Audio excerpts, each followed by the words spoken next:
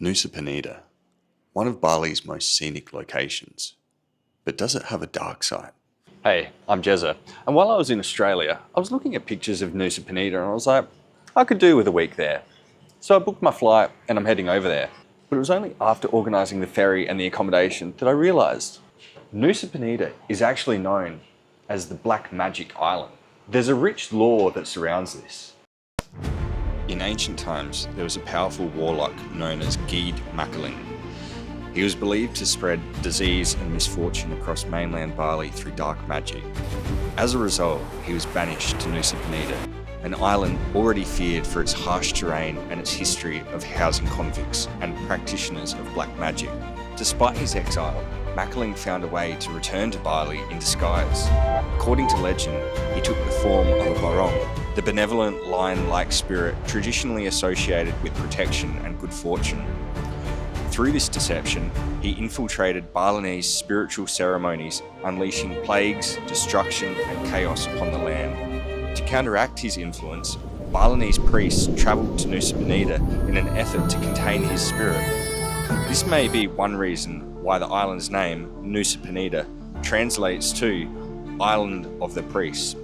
But now, if we fast forward to today, I've been in Nusa Penida for a few days now, and obviously not seen any signs of black magic.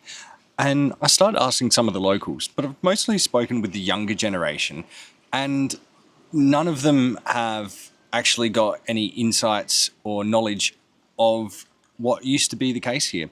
So I find that interesting, and perhaps it's a case of an older generation that was less scientifically based, so the things that they couldn't understand were explained by mythology. In saying that, I think there's still value to holding things sacred, to having, even a religious experience. But what I think, if you look at spirituality in the past, it was more about, praying to deities, good, evil, this sort of thing. And now if you look at Western society, that's largely taken out of the equation, but we can still see manifestations of evil and good in terms of the way that people operate and behave in society. So, even though we now have scientific terms in how to explain things like drought, floods, etc., there's still a duality in the hearts of people between the way they act, whether it's treating someone well or acting out of self-interest.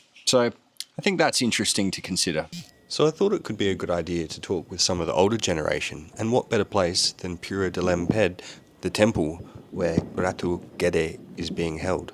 So I'm here in the Red Temple, which is the temple of the story I just spoke about.